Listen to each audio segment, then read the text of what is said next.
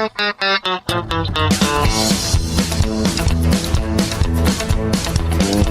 on in, sit right down. Keep your hands up, keep your chin down. Shut the door, time to go with Randy Harris and Knockout Radio. Ladies and gentlemen, Knockout Radio with Randy Harris is about to start.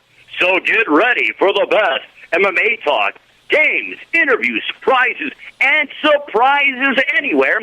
For Knockout Radio, I'm the voice, Ray Flores, and you can follow me on Twitter, twitter.com/Ray Flores MMA, or facebook.com/Ray Flores MMA. And now, here's Knockout Radio. Hey-o. Hey, everybody. What is going on, everybody? It's a Wednesday. That can only mean one thing, Knockout Radio back on the airwaves. What's up, guys? What's up? We be back. I wish we had some stuff to talk about. Nothing going on. No interviews to get to. Nothing. Boring. No stories. No breaking news. I see nothing. what you did there. Breaking news. Ah. Oh, why are we going to start right there? No. Okay. Well, we can talk about, and we will talk about New Jersey. We will talk about, obviously, the John Jones and some stuff coming down. You know, I've reached out to some medical people as well. And so we're going to talk about that. What about an upside down turned toe? Not necessarily about the toe, and not necessarily about the fact that 27 seconds away from Chael being the light heavyweight champ, which would have sucked. It would have. It would have sucked. I don't know if it would have. I mean, it would have carried a story for a while. I mean, you wouldn't want to see John Jones lose that way. You wouldn't. I mean, I wouldn't. I'm sure there's a ton of people out there who would. I wouldn't want to see somebody win a fight that got the shit kicked out of them for 5 minutes to win a fight because of that. Right. Now, As much as I wanted Chael to win. I mean, just because of the storyline, because if he could talk his way, and because it would be fun, you know, to follow in wrestling terms, a heel. now, if it had gone to the end of the round. Yep. So usually they go to the cards if it goes late enough. Would have been a TKO. That would have been a TKO. Yep. Yeah. Not a. No, this isn't Not a draw. not a anything draw. like that. No. This wasn't a unintentional eye poke. This wasn't an accident. He got Fighter hurt. couldn't continue. He couldn't continue. And Chael would have won the title Yeah. due to the fact of the toe. Due to a And technicality. kind of like what you're saying. I don't even think Chael would have won. And he said that in the press Yeah. conference. And he although said that. I could have definitely seen Chael dropping. I had him right where I wanted. He was told- out of gas. He you told know, Dana but- that. Yeah. He told Dana in the that. ring. Yeah. You know, which again is awesome, Chael. I love the line what he said to Dana in the after in the ring. He said, this one's going to be controversial. Yeah. I had him right where I wanted him. Here's where the controversy is, and I've reached out to some medical professionals. The fact that should John Jones have even gone to the press conference? Absolutely not. Everything that I've been told medically, Yeah. he should have been directly to the hospital. He shouldn't have been talking to Joe Rogan. I mean, we were absolutely. watching Right, it, Wags, and we're like, what is he doing? He's getting the shivers. Right. It was unbelievable to watch that go down because John Jones had no clue. And it was almost as Joe Rogan's doing his interview, he kind of glanced down and saw that a mangled toe, and he announced it like to John Jones in the world. John Jones has a broken foot, ladies and gentlemen. And John Jones looks down, and his eyes got as big as saucers, and then he starts limping. Before that, he had no clue. And then just to watch a whole scene unfold. I mean, but think about this: John Jones skips that press conference or whatever. He gets way more crap than he's already getting for, it's just a toe. I could not believe the anti-John Jones just stuff out there leading up to this fight, especially kind of the 2 days coming in. Like, I don't get it. Like, he's not running for mayor. He's not running for president. He doesn't have to be. And I get in this argument all the time with people and, their thought of what a quarterback should be for their franchise. Being a Chicago Bears fan and having to stick up for Jay Cutler because people don't like how he carries himself.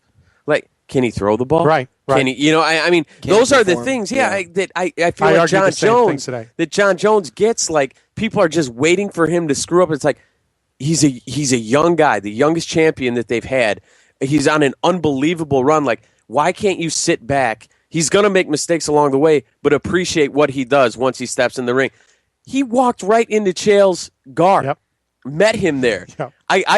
We were saying before the fight, I said he's going to win it in 2 rounds because it's going to take him around to find his range, to be away, yep. and then close it. No. He said, I'm in your clinch, I'm taking you down, and I'm beating you up. And that's what he did to a really good fighter. No, absolutely. And when he talked and when he showed up, it was just about at the beginning. Dana said, everything, let's direct everything to John so that he can get to the hospital. Right. He's matured, and he addressed the DWI.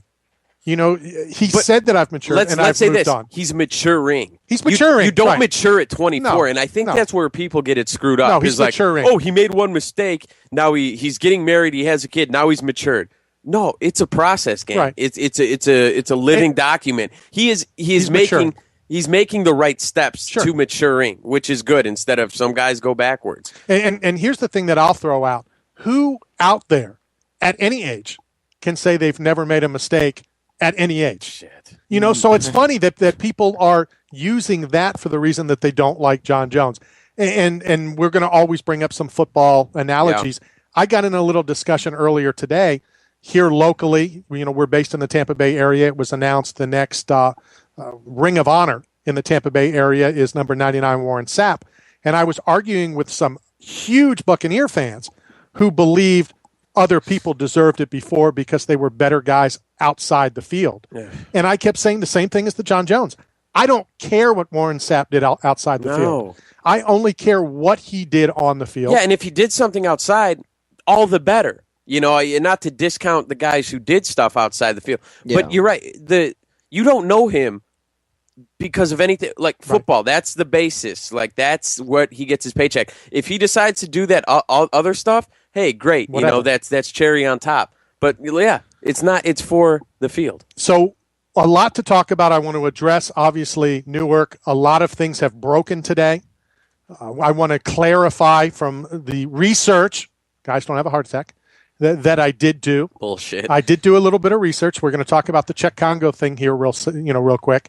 But scheduled to be on today's program in about 5 minutes. We're going to talk about your favorite subject, WWE Norbert Hudak and Mick Foley and his brand new DVD that just came out. Some interesting stuff about that DVD.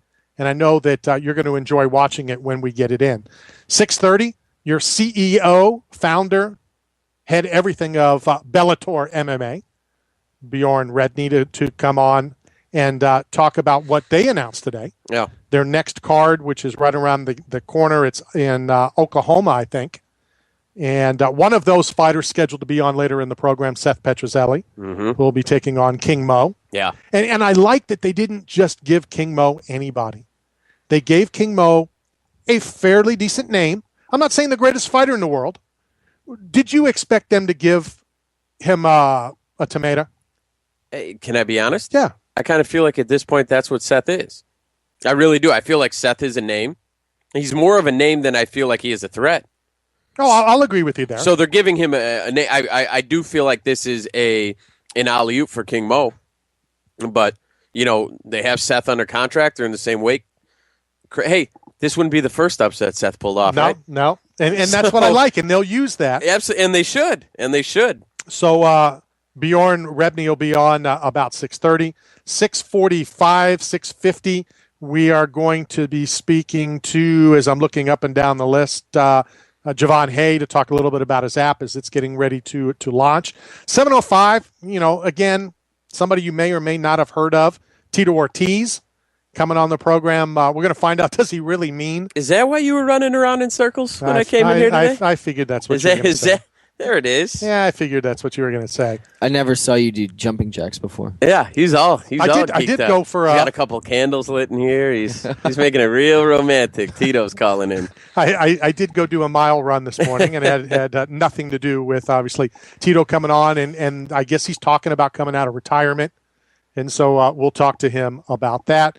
Also, James Head, scheduled to fight in New Jersey. That fight was called off due to his opponent. Last minute. Does he still get paid, which I think he does? Does he still make the 20% or 10% bonus from his opponent not making weight? we'll talk to James Head about that. Then at 7:45, if he can get done training in time, scheduled to take on King Mo, Seth Petrozelli. I believe he's up in the Orlando area. So we're going to try to touch base with Seth and see what's going on with him as he gets ready for a big opportunity. I would say so. Okay. I would say so. Yeah. I mean, for Seth, it's one of those showcase things. It's you against the world. No one's thinking anything. If they don't expect anything out of you, but people have counted them out before. Sometime over the next hour and 50 minutes, I'll let you talk a little bit about Mayweather, which I'm sure you're up on that. I guess from what I followed Kevin Iole and some of the other guys that were at the press conference, and all they kept tweeting is, enough already. Get to the fighters. Yeah. They thanked everybody. And everyone and their mother comes up. Yeah. They run everyone through. Yeah, I can't pay attention to much of the noise surrounding a fight. That stuff doesn't get me. I'm in. You put up the poster with the two fighters. I look at it and say, okay, yeah, I'm watching this fight. So I don't need any of that to buy. All right, so I was told a couple weeks ago that we would be able to break an upcoming fight when it's signed. And I'm cool with that. I don't want to break stuff that's not signed yet, even though even a signed fight can be backed out. But, to say, yes, this fight's going to happen and the contract's not even signed yet, kind of have a problem with. So I see all these tweets earlier today. Aaron Riley, which Aaron Riley was leaning towards, and he came on the program a few times, hanging it up, and did he want to continue and whatever. But he told me, yeah, we'll announce it here. Well, it was leaked late last night, and then earlier this morning that Aaron Riley will be getting back in the cage, and that's in Seattle, July 27th. How about that? But he didn't want to come on tonight because it's not signed yet. I can understand that. And I said, that's fine. Yeah. So he'll come on Wegs, our show, on Friday, and we'll talk about it, and then he'll come on next Wednesday because it'll be all signed, sealed, and delivered by then. The Czech Congo. Everybody reported that Czech Congo has been released. That's the reports. Czech Congo off the UFC website. Correct. Czech Congo released. Well, what I have been able to find out is Czech Congo wasn't released. Czech Congo's contract was up. That was his last fight on his fight contract. Okay. So his contract was not renewed, exactly. Which is a big difference. It's a big difference. Big difference. Now, is that? I mean, you could. It's wording. It's wording. It's wording. But semantics. If they're not renewing his contract, that means they don't want him around. Well, it means the same thing. Both ways, he's on the outside looking in. But still, there is a difference between being fired and not being brought back. Yeah. And again, it's small words. It doesn't mean any different. Yes, you were fired. We're not bringing you back. But from what I've been told, his contract was up, not he got released. The same thing, same outcome, but different. But it does mean a little different. You're right. It does. You think we're going to see him on another promotion's? Absolutely. I wouldn't be surprised somewhere? if he's already signed. Absolutely. I mean, he carries a name. A lot of people have seen him. He's had a lot of eyes watch his fights. So 7 years with the UFC, 18 fights. Wow, really? I didn't realize that many. 18 fights, 11-6-1 with 6 KOs. None of them were for a title. He kept on losing at the contender. Yeah, the number one contender. Couldn't get over that hump. Yeah, and he's also owner of one of my favorite fights I think I've ever seen. The holy shit fight was the holy shit Pat Barry fight, where he was out on his feet and threw the equivalent of a Hail Mary and connected. Unbelievable. Durable guy. Wow, I didn't realize he had that many fights. You'll see him fight again. Oh, he'll definitely fight somewhere. Yeah. World Series of Fighting. Right. He could be Someone signed will already. cut him a check. I don't see him going to Bellator because, again, that's supposedly, what Bjorn has said, that's not their MO. Right. Even though they did bring King Mo over. They did bring a couple, people like that. Sure. I mean, you can always, but that's not what they're building. No, they're not building around it. And I would be, totally shocked. A place that I think could be a good home for Czech Congo, who I was calling, and as I called that fight overrated versus underrated. And what a job by underrated, huh? You're looking at me. I didn't think it was underrated. Well, I think a lot of people boat. consider Roy Nelson underrated. Yeah. Because of the physique. So it's physique versus non-physique. Mm-hmm. But how about Czech Congo going to ONE FC? Yeah. I'm just saying it's Asia. It's, it's a huge market. It's a huge market. Huge. He's going to get a couple more paychecks out of this fighting thing. There's no doubt about it. But there's already some interesting fights lined up for Roy now. Is a lot of people are talking that Daniel Cormier fight might happen, and then let me tell you how that went down. And then I also saw some a lot of people want to see the Mark Hunt fight. I really, really want to see that. That's a lot of people wanting to see that. How did what go down there? Well, how the Cormier fight, which it appears that's what it's going to be. Mm-hmm. Even though there's now reports coming out that Roy's management is telling him not to take, Cormier, but isn't Roy his own management? Or his wife. Yeah. Pretty much his wife. Yeah. So we're at the press conference, and it was brought up, and Dana, like he always says, we never really talk about upcoming, let us get out of here. But we did. Joe Silva and I did talk, and we think, and he brought up Hunt, and he brought up Cormier. Not 2 minutes later, Damon Martin, formerly of MMA Weekly, now of Bleacher Report, said, Dana, I just got a tweet from Cormier saying, I'm game. And Dana goes, well, I guess there you have it. There you go. Now, that doesn't mean anything. We know that. But I'd like to see that fight. I think a lot of people would. I definitely don't think, Cormier established himself as the next guy in line for the title with his performance against Muir, like a lot of people thought he was when he came over. They wanted to give him the title shot right away. I think people have kind of cooled on that, and it's like, all right, let's fight one more guy. Let's see what you have. And fight a top 10 guy. Yeah. Fight a good guy. I'm not taking anything away from Frank Mir, but Frank's on the decline. Frank's not that guy. And I'm always one of those guys that says until you get to the UFC, until you beat somebody, until you beat a couple guys of value, and I think you beat Roy Nelson, then I'll back off. Yeah. Brad Penny tweeted me, well, what do you think of my guy now? I'm like, he beat Frank Mir. Yeah. And he didn't destroy Frank and Mir. It wasn't impressive. Right. Yeah, he controlled Frank Mir. He beat him up a little. But, I mean, you didn't walk out of that thinking, whoa, Frank Mir just got steamrolled. He put everyone to sleep. And if Cormier would have beat Frank Mir like Roy beat Czech Congo, different story. Then it's a different story. Different story, yeah. Now, this is all also assuming that he stays at heavyweight in the first place. And I think that 205 talk is certainly quieted down. Yes. And I think it quieted down because I don't think he's there yet as far as right in the title hunt. I think if he would have done, if he steamrolls Frank and now everyone's rushing him into the title picture, then maybe he drops to 205 because he doesn't want to fight Kane. Now there's a couple more fights at heavyweight for him before they have to, cross that bridge. So I think he stays up at heavyweight. And he doesn't sound too excited about the weight cut. All right, before we get too far from what we were just talking about, and I know there's, again, tons of stuff to talk about. I know that I'm going to get ripped for this, so I want to get to it as soon as possible. I want to give you ample time. I want to give Wags, anybody ample time, but it was fitting as we talked about if Cormier would have beat Frank Mir decisively, if he would have beat him like Roy Nelson beat Czech Congo, blah, blah, blah, blah, blah.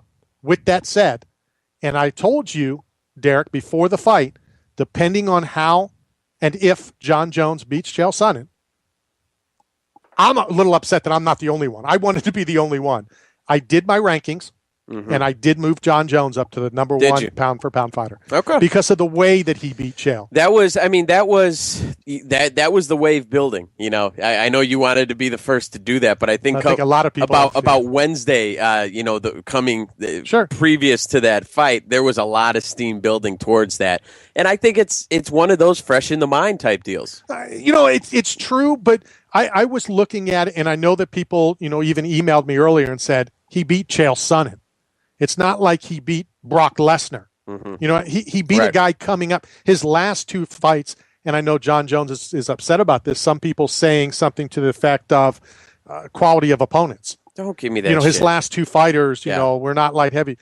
I just think the way John Jones has gone through everybody that he's fought, how he's gone through, some ups and downs, with the armbar, with the toe, with nothing against Anderson Silva. Anderson Silva is dominating as well. I just don't think he's dominated the same way that John Jones has. I think that's fair to say. I actually think when you look at if you want to do this, and I hate doing it, but the quality of opponent argument, I mean, John Jones has two good legs to stand on there.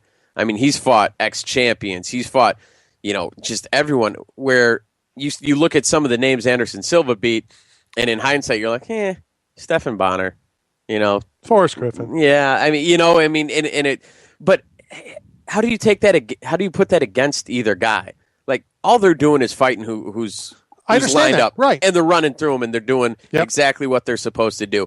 Now, my only argument with the Chael Sonnen thing is Chael moved up in weight, to take the fight. Again, you can't hold that against John Jones. No. He's the only one who took the fight. People were scared to fight John Jones. I can't argue with people putting Jones number one, but I'm a big believer in you can't lose your spot if you didn't fight. And until Anderson fights again, to me he's number one, and then see how it goes from there. Everybody has an opinion. Yeah, and I just think the dominating style, not just of Saturday night, every fight. And let's be honest, even if you ask Matt Hamill, who will be in studio here in the next couple of weeks, John Jones is undefeated. Mm-hmm. I mean, he is undefeated. Yeah. Technicality, whatever you want to call it. Matt Hamill doesn't consider it a win. No, just like Chael wouldn't have considered that a win if it was.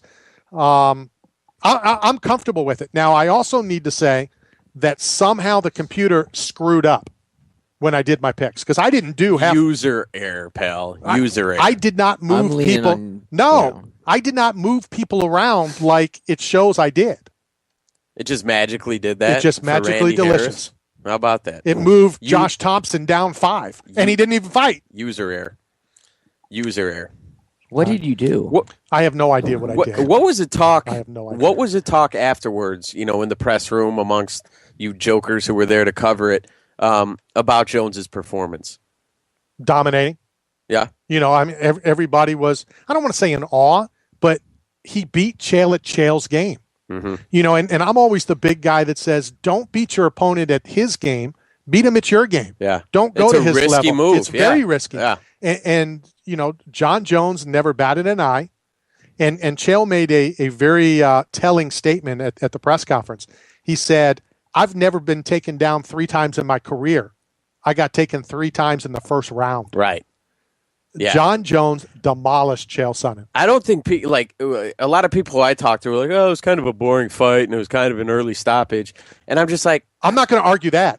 It was a little bit early. It was a little early. He wasn't going anywhere. No, he was balled up. No, he was, but I thought it was. He wasn't surviving 20 more seconds of that. Was John Jones going to punch himself out? No, not with the knee right to the solar plexus. There was no way. Right. I mean, but. When I was talking to people, it was kind of boring. I'm like, do you realize that's the only place he could have lost that fight? And he said, okay, we'll go there. Yeah. And I'm going to bring you there. And that's why I made the decision that I made. All right, we'll get back to Saturday. I want to talk about a couple of the other fights. A ton of stuff still to get to.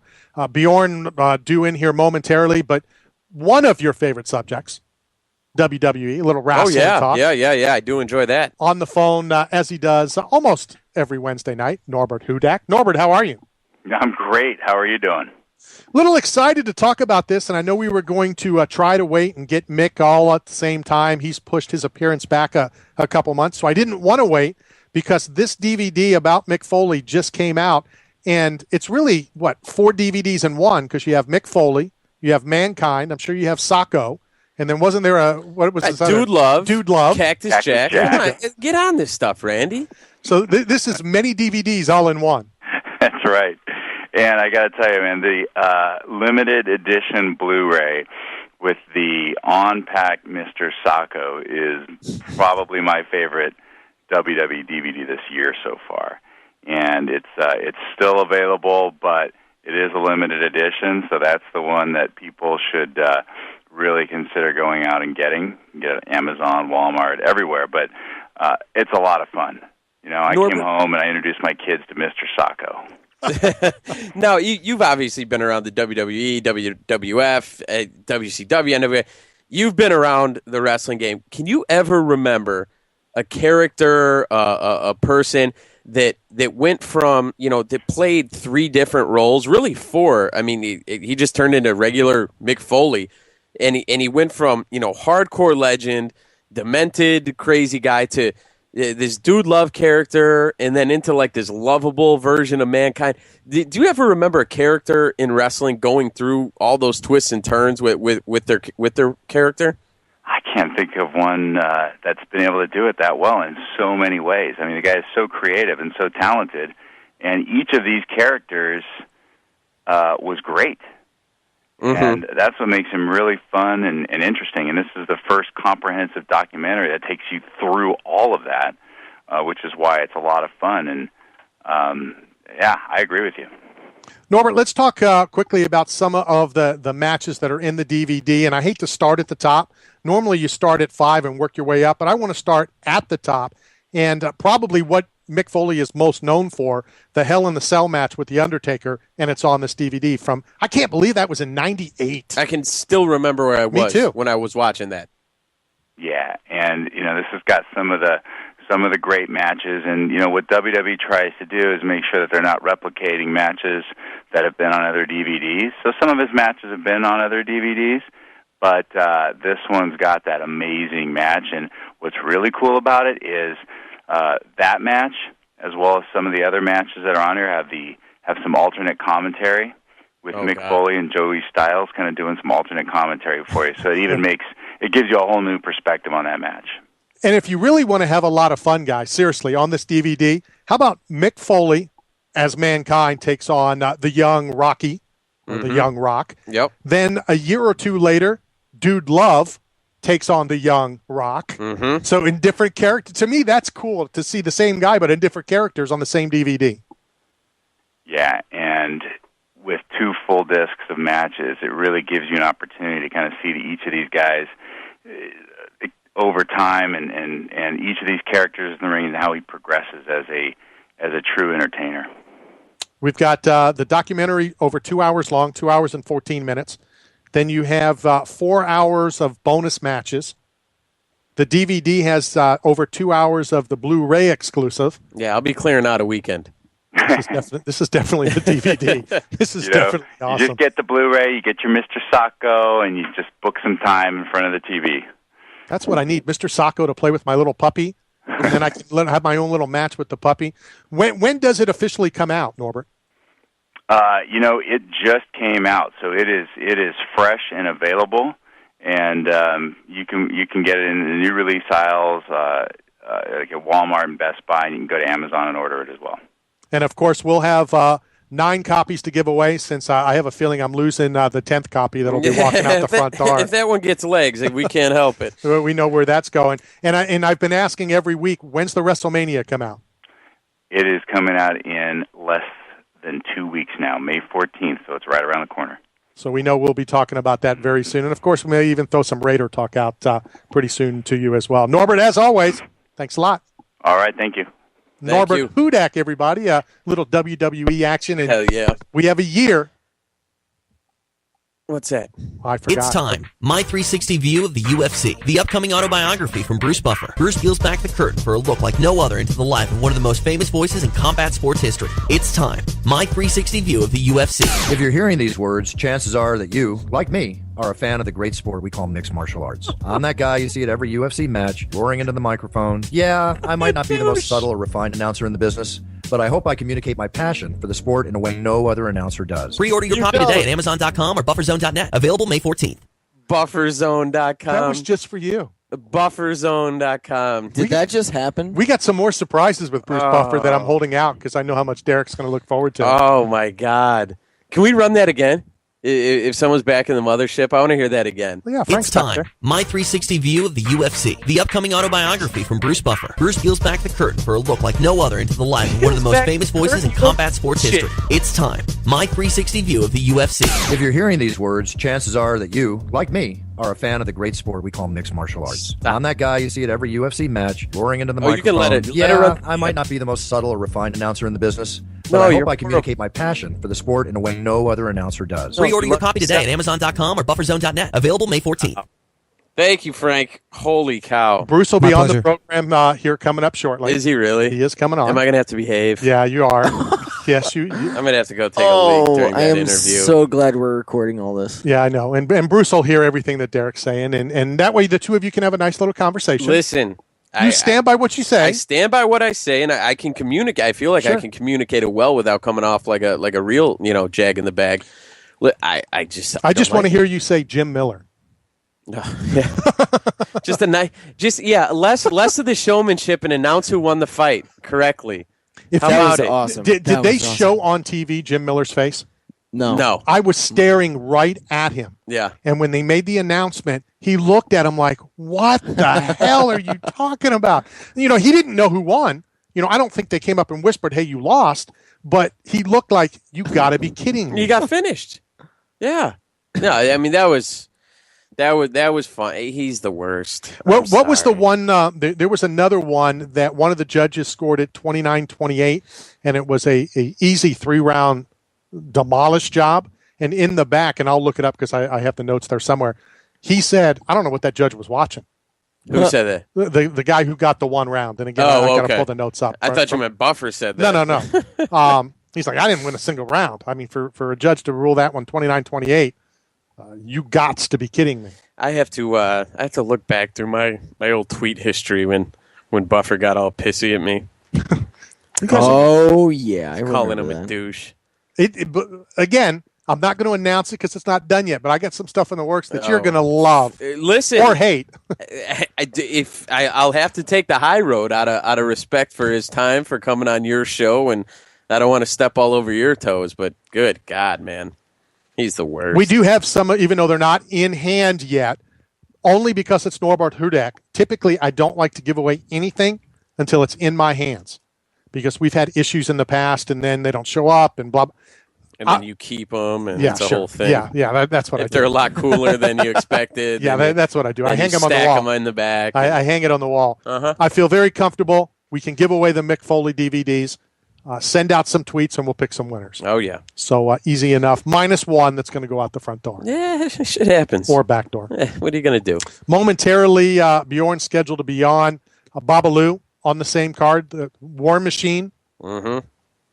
I mean, more importantly, it's a title fight. Well, I want to ask Bjorn about War Machine and his dealings with them, and just kind of how that's gone. I mean, you talk about a guy who has some baggage and taking a risk. When you start getting into these deals with Spike TV and you start getting other players involved, your company really is taking a chance. It's taking a chance, and you can't have guys out there doing things that War Machine has done, from this point moving forward. So I want to ask Bjorn about him. Do you think they need to take the chances? No. With him? No. I don't think Bellator needs to take a chance with anybody. No, they sure don't. They're not an up and coming. They're in a good spot. They're on national. Arguably the number 2. Yeah. No, I don't think it's arguably. I think it's a slam dunk number 2. Okay. And they have their TV deal. They're in front of a lot of eyes. They're taking their show on the road. No, they don't have to. Another fight that's announced in August, which shockingly I'm a little interested in. Damian Maia, Josh Koscheck. They both need a win, even though Damian Maia is coming off a win. I still think he needs to keep the ball rolling. And I think Koscheck's finger, who showed up 3 or 4 times Saturday night. Yeah. Josh Koscheck needs this win. And against a top 10 opponent. Bad. Yeah. We're going to see where Koscheck is. I have a feeling he's checked out. I kind of have a feeling that this sport's passed him by. Do you think it's because Josh has been successful financially? And, where people have said, BJ Penn and some of these guys, once you start making money, your demeanor is different. Josh Koscheck has changed a great deal since we first saw him at the Ultimate Fighter. Since I was with him at the weigh-in in Houston when that whole thing went down with Sanchez. Mm-hmm. He has changed. He now flies his own plane. He's now, he's a little bigger in the britches. Well, we talk about his own clothing company. Well, we talk about that maturing process, and I do. I mean, his values and what's important to him right now probably aren't the same as when he first started coming out. He's had some success. He's been in a lot of fights. A lot of this is old hat to him. But I also think just guys have gotten better. I think there's a hard time. I think a lot of times where a guy plateaus, and I think that the game has passed him by. Guys have started training younger. Where his skill sets, where he's really, in the past taken advantage, just don't get it done anymore against lower tier, 5 and under guys. So, and there's nothing wrong with that. Sure. I just think that's where he is. Another subject I know that you tweeted about, and we're going to get to that in 1 second. I just want to ask you, I was at MMA.tv earlier, and there's a post. And again, like somebody can beat Koscheck's finger. To me, it's just mind-boggling that fans think you can purposely poke someone in the eye. No. I find it very, very difficult to think that somebody's going to be able to know exactly where your eyeball is at the time he sticks his finger out. With that said, there's people thinking Michael Bisping intentionally poked Alan Belcher in the eye in the third round with a minute and a half left of a fight that he won every round. That he's winning anyway. That he was winning. Here's the biggest argument I have against that. I do think you can find an eye if you're trying. There's different ways. I feel like when you're pawing, right? If you're pawing a jab, and clearly your fingers are out. Bisping hit him with a hook, and I think his thumb got him. That he came around. That would be the hardest way to poke somebody in the eye is throwing a hook. I think that's the dumbest thing I ever heard. There's no way he was controlling that fight. He had it in the bag, and he was landing whatever he wanted. Belcher was out of gas. I didn't think he was. Bisping wasn't any trouble. None. And good for him. None. I thought he looked pretty good, especially considering the news that came out after that he's going to be having a neck kind of shoulder surgery, which makes a lot of sense because he hit Belcher with some good, hard, clean shots that didn't move Belcher. It did nothing. And when I was watching that, I thought, Bisping's going to win this fight. He's not a title contender. He's not going to win a belt unless you can knock somebody out with that clean shot. But well, and he actually said that he was hit immediately post-fight. He said that he was hitting him with everything he had. Yeah. So it's not like they were just kind of lancing blows. Well, not even like they were half-assed just throwing them and they landed cleanly. I mean, it was landing cleanly, everything behind him, and nothing was happening. Back to the eye poke real quick. Mm-hmm. Bisping was poked in the eye earlier in the fight. Okay. Yeah. It was earlier in the fight, and again, it's fans, it's people on computers that they see what they want to see. Well, I want to roll this out. And I want to hear people's tweets at Knockout Radio or however they want to get at us at MMA Weekly. However, Joe Rogan goes nuts every Saturday. There's a fight. Whenever there's a fight, when someone gets poked in the eye, and he screams on his soapbox, "We need to do something about these open finger gloves." You can't do anything. But he never gives a solution to these open fingers. So I want to hear people. It was addressed at the press conference. Do people have ideas? Do they? I mean, there is no ideas. Right. And like Dana said at the press conference, in order to be able to grapple, in order to be able to do things on the ground, you can't have boxing mitts on. You have to be able to grab them. You have to be able to grab. You have to be able to use. You have to be able to do different things. And there is really no solution. I find it funny that Rogan's always screaming about it, and I like Joe Rogan, don't get me wrong, but when you're always consistently complaining about something, I always look at it like, well, come up with a solution then. If you're always give me a solution, don't keep giving me a complaint. And I'd never heard a solution from him, and I know our listening audience is much smarter than me, so I'd love to hear solutions that people have thought of to help that out. I mean, do you guys have anything? No. I'm fine with the gloves. You're more intelligent than anybody I know there, Wegsaroo. There's nothing that really can be done with the issues that are. I mean, as you already brought up, you have to be able to have dexterity in your fingers. You have to be able to hold on to somebody's wrist. You have to be able to grab onto somebody's leg and be able to twist. All that stuff, it's going to be a whole lot harder to do if you're able to do it at all. If you're trying to grab somebody with a boxing mitt and they're sweating. And to me, it's not happening. To me, it's never going to be a perfect science.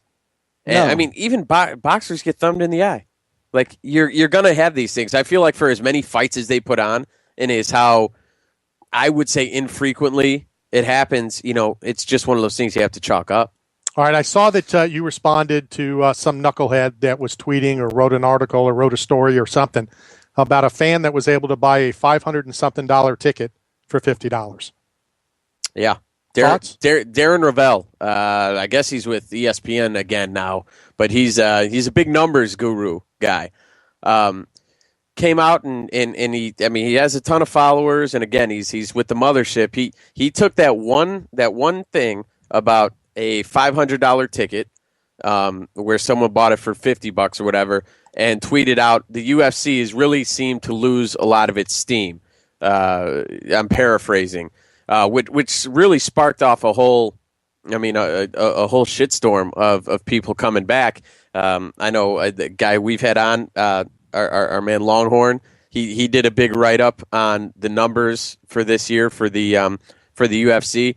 But then Dana responded back to Darren Rovell, and he said, he gave him the numbers. He said 2012, while a down year for us, was the best year we've had. He gave ratings, he gave gates, he gave sellouts, ticket sales, and Darren Rovell wrote back and he said, well then let me look at the books. Well, I would just ask what a banker would ask, and to me, that just pissed me off. I really felt like he trolled, the UFC and Dana for a response and tried to get in front of an MMA audience, because the MMA audience is big and they don't know who he is. So God bless him. He got me on it. He played me, but it's a private company. Number one, they don't need to give you any information. And if you want to see the numbers first, and then make a call that says UFC's losing steam or where they're at. Don't take one instance of one guy's ticket situation and say they're losing steam. And I just want to respond about the ticket itself. I'm happy that happened. I'm extremely happy that happened. I hope it happens at every UFC event. I hope it happens at every concert. I hope it happens at every football game. Right, to stick it to it's the scalpers. Yeah, right. That ticket was purchased through Zuffa, through Ticketmaster, through whatever, for face value. So it's these, I got to be careful because I'm sponsored by one, but these guys then jack up the price of tickets and they get caught. There's been Super Bowl tickets that you can get for $100. Yeah. Even though it's $800 face value. And this just in, the NFL's not losing money. I was just about to say, you can get into a Major League Baseball game, $10, $5. I've seen they put up stuff about you can get tickets weekday game $250. Well, that's face value down at the Trop. But I'm saying they're not losing money. I went to a Philadelphia Phillies game after that UFC in Atlantic City with a former Zuffa employee. It was sold out. Scalpers were buying and selling tickets for $10. Yeah, this is a $200 ticket. Wow. The Phillies are doing okay. So this one particular incident means nothing. And again, I would love to see scalpers get burned more often. Right. I truly, truly would. But that was this guy's basis of his whole argument. And again, there's a difference if I say that versus a guy who is under the ESPN banner who has however many followers. There's some responsibility with that. You're a journalist. You can't call out a company. I don't know, just and rip them on Twitter and say, "Oh, this company's their ship is sinking," and then you get a response, and then it's like, "Well, let me look at your books to prove that I'm wrong." Right. It's like that's not how this works. That's not how journalism is supposed to work. Do your research beforehand, build your argument off that research, and present it to your audience. Don't just scream something, get a response, and then be like, well, then let me see the books. No, dickhead. That's not how it works. And Dana came forward with a lot of numbers in his response about, the gates that they've done, ticket sales that they've done. I didn't feel like any of it was I'm surprised he responded. Yeah. To be honest, it might have been right around when he just left Boston. So he was in a really good mood. Mm-hmm. I'm sure a lot of people I'm sure know Dana went straight up to Boston after the UFC on Saturday, which I thought was pretty cool. Yeah. Basically with one reason to write checks. And what I saw was that originally he was going to reach out to Wounded and decided not to do that because he just felt they still needed time to heal and to not necessarily mend, but, kind of get their thoughts together. And then, of course, there's news today that they've arrested more people. Yeah. Involved. So I just thought for a guy that gets a lot of crap, Dana has done tremendous. I wish more people knew the stuff that Dana White has done. Mm-hmm. But Dana and Lorenzo don't want people to know. Mm-hmm. And you and I have talked, and I've been very vocal about this. I'm a little, the Nebraska little boy that just had his wish and he scored that touchdown at the red-white game and all that kind of stuff. Yep. did the president really need to release pictures of him and the little boy in the White House? Right. Wouldn't it have meant more that he did it, not the fact that it's a photo op? Well, that's always a fine line that you walk, and I hate that shit. And as a public relations practitioner that I poorly am. Yep. I'm not saying that you're poorly. No, that's true. I said it. Agree. But that I poorly am. Those are the things a fine line. that are PR related that I hate. Yep. Where people are like, well, this would be a great photo op. And it's just like, oh, God. Or like, you should tweet that out. No. Right. No, maybe I shouldn't. Like, some things have more value if you actually shut up about it. And I would be okay because I've told the story. I know that Forrest Griffin didn't necessarily want the story out, and I know I've talked about it on this particular program. Back at UFC 100, when Forrest was scheduled to be on, there was a young child from the Tampa Bay area. His dream fund wish, his dying wish was to meet Forrest Griffin. And Forrest went above and beyond and did things, and he's like, I don't want people to know. It's not a big deal. And I said, well, it is a cool story, and I'd like to talk about it. But he didn't want it. So it's different when, hey, as I pound on my chest, look at me. I did this. When somehow we found out in this particular case, because, again, Forrest is Forrest. And I've had my, when he runs out of the ring and he does the thing he did with Tito. Yep. And, but what he did for that little boy, he drove to their hotel. He did things that people don't know about. And that's what I like when people reach out. You talked about SAP earlier. There's things that SAP did with the children's cancer, he shaved his head because of that little girl. I mean, there's a lot, I mean, the stuff that doesn't need to be, boasted out there. Because he did. Dana, Lorenzo, those guys do things because they want to, not because they have to. Not for the publicity of it. I cannot tell you, legally, what Dana White and Lorenzo Fertitta did for Ryan Bennett and his family. Well, more for his family because it was after when Ryan passed away. But what those two people did for almost a year is unbelievable. And they're like, we don't want people to, you go do your thing. You help raise the money. People do things because they want to. So that picture kind of bothered me. Just getting back to the Dana thing about Darren Rovell, that he responded to Rovell. He said 2012 was the best revenue performance in the history of our company, which means we beat 2011, beat 2010, beat 2009. First quarter this year's up as well, over 30%. So he goes on to list some other things, and it was a cheap troll. CEOs, presidents of these major companies don't need to open their books for anything. And speaking of CEOs, let's welcome the CEO of Bellator MMA on the line again, Bjorn Rebney. Bjorn, how are you, sir? I'm good. How you doing? We're calling this the State of Bellator Address. That's a good address. I like that address. I guess some things came out today about your upcoming fight. But first and foremost, I want to talk to you about, as I did my research, your football scholarship at Ohio University. Talk to us a little bit about that. I was good at running into people in college, and I played football at University of Oregon for a year, and then I transferred down to a JC in Southern California and had some success as a fullback at a junior college, and then I got an offer to a full-ride scholarship out to Ohio University to play in Division I, and went and got a great education and got to run into people and got paid for it. It was awesome. That's pretty good. And I just wanted to let you know, when I jumped on the Ohio University Wikipedia page and they list all of these famous alumni, when I first went on it, your name wasn't on there. But if you check it now, you'll find it is. You're a wizard. See? You're looking out for me, brother. That's very cool. Yeah, I don't know how famous I am, but I had a good run there. They paid me to go to college, and they paid me to play football, which I really enjoyed. And my shoulders and my neck and my knees don't really enjoy it that much now that I'm 47. But back then, it was awesome. That's great. We're on the phone with Bjorn Rebney. Bjorn, you just announced your next card, June 19th. We'll be kicking off, launch the 13 Summer Series. Now, before we get into that card, you've had this a year or so with this Spike deal. I just want to ask, what did you learn from this time with Spike so far that you're going to, improve on for this next series coming up?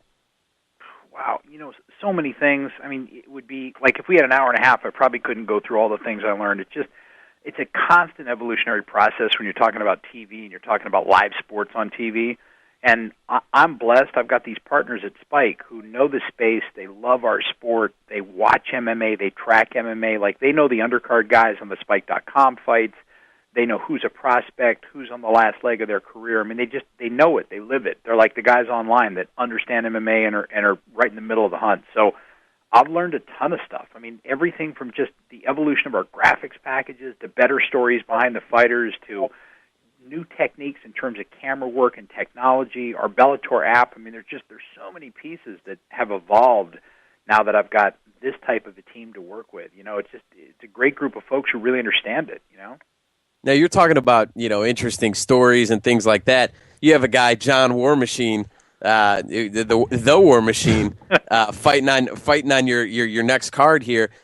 How do you tell his story? I mean, how do you approach him? How's he been to work with? I guess I have a million questions just about him and you guys doing business with him.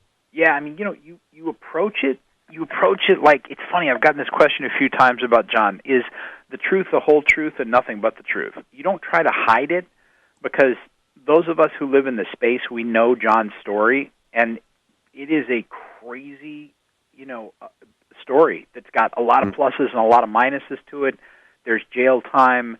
He's been a guest of the state. He's made a series of statements that, some people classify as crazy, some people say are stupid, some people find offensive. And my ride with John started when he was still John Copenhaver. I signed John in 2008 when I was going to launch on ESPN Deportes, and he was a talented fighter. He the one thing he's always had is he's got great ability inside the cage. The one thing that John has stayed true to is when he gets inside the cage, he gives 120%. He's ready to die inside the cage. He's got great talent. His ground and pound, he's like a new school Tito Ortiz in terms of his ground and pound and his approach to the fighting on the mat. He's got that skill, but man, has he said some insane, offensive, crazy things, and there's no way to cover it. When you tell the story in his feature, you've got to tell where he's been. You've got to show him getting out of jail. You've got to tell about, a lot of the things that have dragged him down. Otherwise, it would be a completely false story. Now, have you had that talk with him? Like, hey, John, the tweets, the comments. I mean, I'm sure there at some point there had to kind of be that come to Jesus talk with you and him. The come to Jesus talk with John is different than the talk you'd have with really anybody else. With John, there's no controlling him in terms of like that little mechanism that a lot of us have in the back of our neck that kind of stops us from saying exactly what we're thinking. John never got that. So anytime that he thinks about something, whether it's a super hot woman that he just saw, or whether it's whatever it is, or where he'd like to go, or who he'd like to be with, or who he'd like to fight, or what he thinks about someone, he just says it.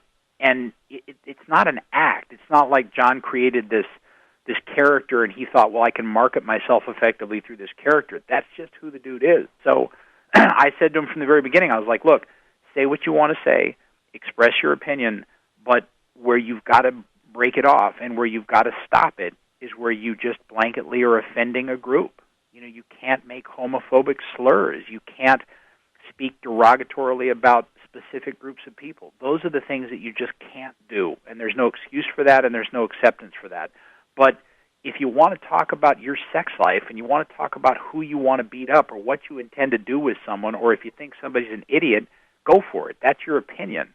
Mm-hmm. But don't let that opinion bleed into just making blanket statements that offend a group of people who don't deserve it. And he's been pretty true to that. If you track him on Twitter, and I follow him on Twitter, it's a little bit of a train wreck, but it's a train wreck that you kind of can laugh about. You're not just looking at it and going, whoa, that's wickedly offensive and blah, blah, blah. I mean, his use of profanity is pretty liberal and pretty comfortable. I mean, he doesn't have any problem saying what he thinks, but he's toned it down to a point where it's still completely out of whack, but it's not out of whack offensive, which is where you want him to be.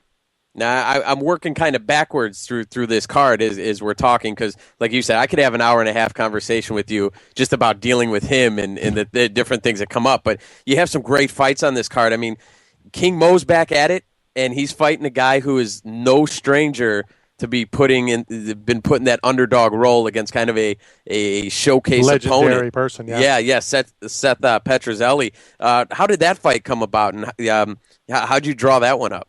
Well, it was looking at the four guys, and look, wanted to get Mo back in as quick as we possibly could. So I started talking to Mo literally the night that he got knocked out with a spinning back fist by Emmanuel, and saying, are you ready to come back in the summer? And he was. And then Seth, like you said, whether it's he was brought in to lose to Rico, he beat Rico. He was brought in to lose to Kimbo, he beat Kimbo. On a big stage, when the lights are up and the cameras are rolling, Seth's got this uncanny ability to pull off wacko stuff and get victories where nobody anticipated he would. So it just seemed like a great fight. And it's two guys who lost in this most recent tournament. It's two guys who desperately need a win. And it just, when I looked at it, I was like, wow, that'd be a great fight to see. And Seth sure has the track record of pulling off the amazing upset. So, let's see what happens. I'm thrilled to have Mo back, but I'm thrilled to have Seth back too. Now, take me back to the night Mo fought Manuel, because Mo came out, his first fight with you guys looked amazing, looked great. His hands were there, everything. Coming into that Manuel fight, I know I was telling people, watch King Mo. You got to watch him. What was going through your head when he got caught with that fist? Well, it was a little bit about what was going through my head before the fight even started, and that was Emmanuel Newton is ridiculously more talented than most people are giving him credit for. I've seen Newton fight a lot of times, and of course, being in the Southern California market, I've seen him fight more often than not. I've seen him on shows that weren't even televised. He's got wicked skills inside the cage. And I also saw the first fight between Emmanuel and Attila Veg, who's our champion at 205, and there's a good argument to be made that Emmanuel Newton beat Attila Veg the first time they fought. So Emmanuel Newton's a real deal. So I went into it recognizing this was a much, much more real fight than most people were giving it credit for. I mean, like, odds makers had Mo just a disproportionate favorite to just trounce Emmanuel, and I was like, wait a second, you guys obviously haven't seen Newton fight. And secondly, I had the same kind of qualms and concerns watching Mo's game as people did that had watched it early in that fight. His hands were very low. Yeah. And Mo's got great stand-up for a guy whose real foundation and base comes from wrestling, but that was of concern. But, when I watch a fight like that, I don't watch it from the perspective of being concerned about Mo losing. I watch it the same way I'm looking at Emmanuel, I'm looking at Mo. And I'm like, well, okay, these are the places where the soft ice is in terms of Emmanuel's game, and here's the places where the soft ice is in terms of Mo's game. And with Mo, I was just looking at it like a lot of people and thinking, wow, your hands are very low, and each time Emmanuel puts a 1-2 punch combination together, he's landing one and sometimes two. Yeah. And that was kind of what jumped out at me, and I was like, wow, if that doesn't change, that could be a key determining factor in this fight. And then, boom, the hands were down and the spinning back fist. And the funny thing about it is you watch that spinning back fist, and literally you can see Emmanuel's head turn, and he sees it, and it's almost like one of those reactions where he goes, crap, might as well throw that. Yeah, this is here. It's on the table. I might as well take advantage of it. What impressed me about it was not only did he hit the spinning back fist, but he rolled it right into a choke. Yeah, I mean, he literally caught Mo coming down right into the choke. By that time, thankfully the referee was right on top of the fight and saw that Mo was out. But, when he went down, when his arms went down, his shoulders sank. It was like, okay, game over. Yeah, that was, it was a great win for Emmanuel Newton, and he's an easy guy to root for and a great dude. And now it's lit a crazy fire underneath Mo to come back. And, we got that fight with Seth coming up literally in a month and a half, which should be awesome. And again, I'm laughing here because we're kind of working up the card. I haven't even touched on the main event that you have for this card. Michael Chandler, Dave Jansen. This is going to be a hell of a fight. Oh, it should be an amazing fight. I'm glad you say that because so many people. It's funny because when I first put Chandler in the world title fight against Alvarez, I already had the Shinya Aoki fight signed for Ed. And all people wanted to talk to me about when we would do interviews about the upcoming fight that Ed Alvarez had was Eddie Alvarez versus Aoki. And I was like, guys, you're not paying attention. Aoki may or may not happen, but Michael Chandler is a monster. Michael Chandler's got every piece of the game, and they were like, oh, yeah, of course he does. He's got 6 fights, and he's fighting Eddie Alvarez. Let's talk about Shinya Aoki. And nobody would listen. And the same thing applies right now to Dave Jansen, man. Jansen is the real deal. He can fight at an elite level. His wrestling is super strong. His jiu-jitsu is really great. His stand-up is is very, very strong. I mean, this is a legitimate top 20, 155-pound fighter who's got a great opportunity in front of him. So I think this has got the makings of an incredible fight. Yeah, when I saw this one put on paper, it was it definitely jumped out at me. Bjorn, we're up against the break, but June 19th, we're going to be watching the 2013 Summer Series kicks off. Bellator's back on Spike TV. Obviously, we can't thank you enough for your time. Bjorn, before we let you go, guys. when will more news come out? When will more cards be released? More news is going to be coming out this week, and don't even forget, we didn't even talk about Babalu is coming back and fighting Jacob Noe in the semifinals of this light heavyweight tournament as well. Babalu's back, King Mo's on this show, War Machine returns, Chandler's fight against Jansen for the title. And we have your reality show, too, that we need to talk about. Yeah, the reality show kicks off early this summer. We got more fights that are coming onto this June show we're going to be announcing for TV. We've got a July show that's going to be insane with 2 world title fights on it. It's a big summer. It's going to be a blast. So if more information is going to be released this weekend, that means we should talk to you again next Wednesday. Absolutely. There will be some cool stuff to talk about next Wednesday.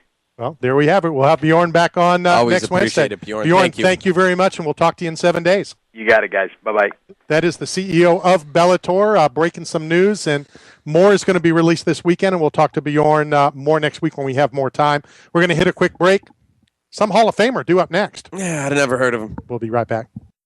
We are back. Hour number 2. I have to laugh. I'm I'm listening to the commercial break. And you told us it before, when you first walked in. When I walked in, I unfortunately had a friend of mine who lost a step-parent this week. And I'm not going to be able to go to the wedding or the wedding, the funeral and everything. It's back in Chicago, but I wanted to send flowers, and I swear to God, and this isn't a Bubba ass kiss or anything. I'm sitting at my desk, and I just went blank. I'm like, I gotta order flowers. And the first thing that went into my mind was BUBBA, and I was like, Pro Flowers. That's it. And sure enough, I did the Bubba code and everything. So the damn advertisement worked on me. Did you save money by using his code? Yeah, like 10% or something, right? All right. A free glass vase. I don't know the whole deal. I got the Bubba setup, but. That damn commercial was stuck in my head this week, and it paid off. Isn't that the whole point of marketing? They won that one, Something that like that? round. Yeah, Well, Bubba beat did. me. Beat you, baby. Yeah. You know, that's who won. All right, real quick before Tito comes on, give me your, if you can do it in a minute or two on the Mayweather this weekend. It should be a good fight. It should be a good fight. I mean, Guerrero's gonna make it dirty, even if he's starting to get dusted. He's gonna stand and fight. So.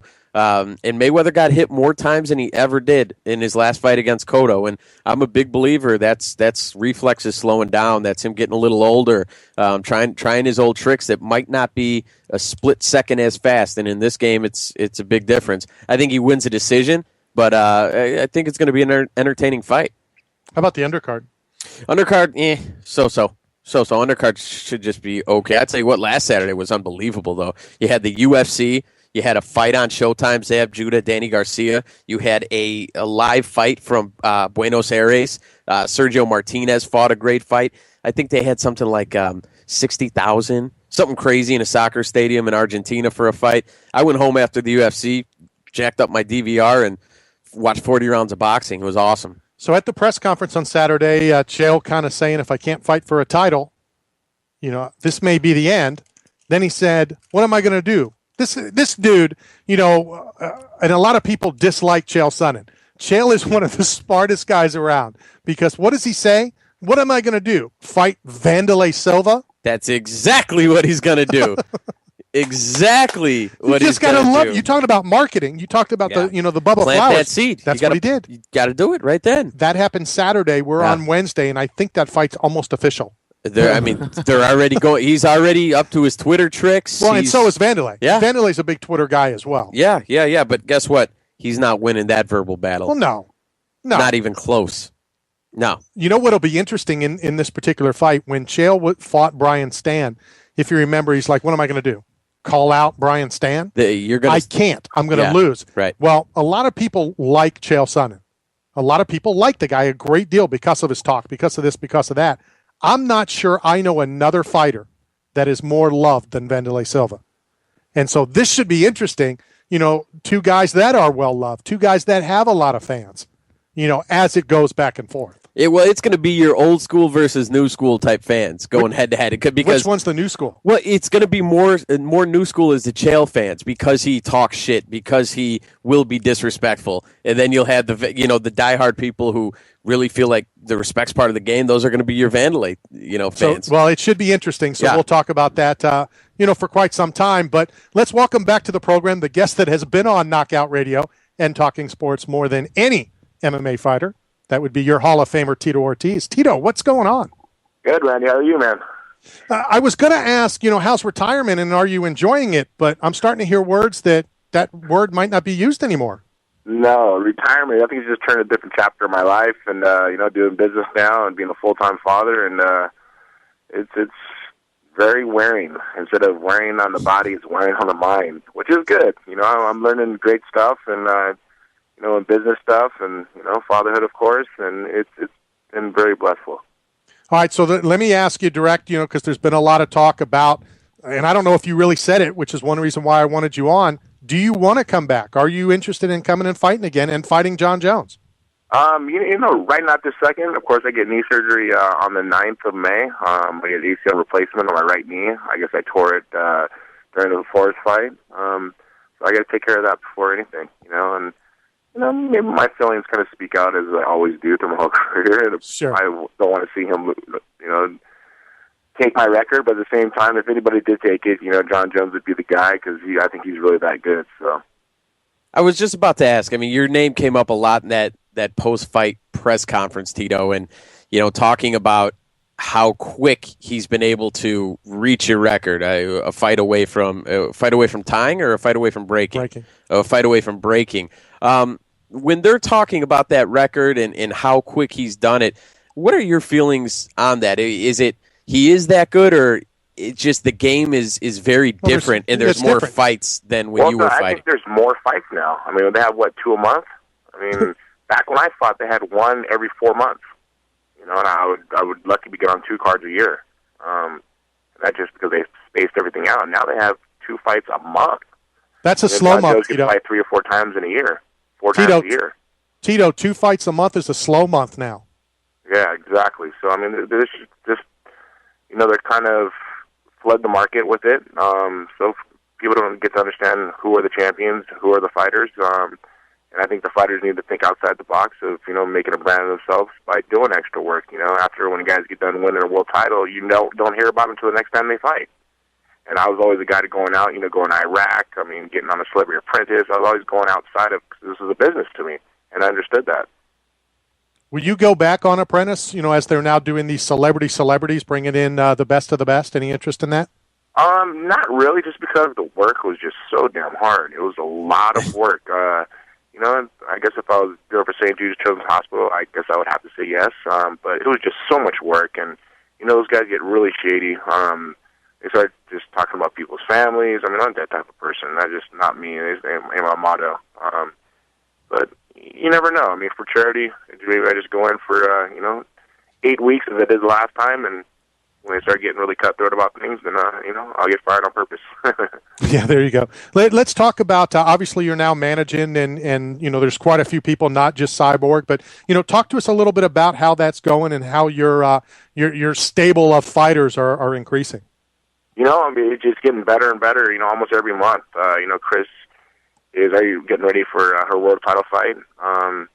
And we're just trying to pick the right people. We're just not trying to sign every single fighter out there. We want to get guys and girls who want to work hard and make a brand of themselves and able to do the interviews, able to do the workload. And that's what's really, really important.